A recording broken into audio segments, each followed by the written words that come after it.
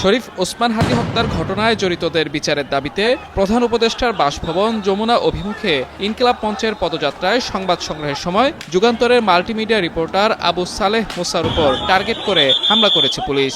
শুক্রবার বিকেলে আন্দোলনকারীরা ইন্টারকন্টিনেন্টাল মোড় থেকে ব্যারিকেড ভেঙে যমুনা অভিমুখে যাওয়ার চেষ্টা করে। এ সময় পুলিশ তাদের উপর সাউন্ড গ্রেনেড, টিয়ার শেল ও জলকামান নিক্ষেপ করে। সেই সঙ্গে নারীদের উপর লাঠিচার্জ করে পুলিশ। ওই ভিডিও ধারণকালে সাংবাদিক মুসার উপর টার্গেট করে হামলা চালায় এক পুলিশ সদস্য।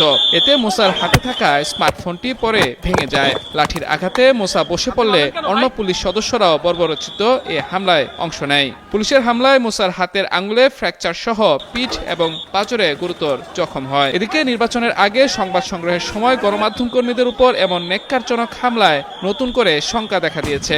আসন্ন নির্বাচনকে বানচাল কিংবা প্রশ্নবিদ্ধ করতেই কিছু পুলিশ সদস্য ইচ্ছাকৃতভাবে গণমাধ্যম কর্মীদের উপর হামলা চালিয়ে পরিস্থিতি অস্বাভাবিক করার চেষ্টা করছে বলে আশঙ্কা করছেন গণমাধ্যম কর্মীরা।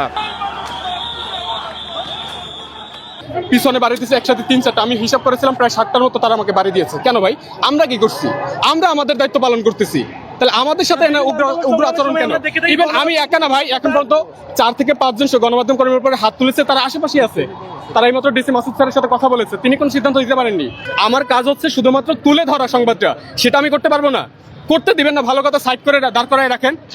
মারবেন কেন? গায়ে হাত তুলবেন কেন লাঠি দিয়ে? এটা কেমন কথা? আমরা তো বিগত সময়ে কাজ করে আসছি, ইচ্ছে করে ঘটনা, এটা কেমন কথা? এটা তো আমরা দায়িত্বশীলদের কাছ থেকে আশা করি না।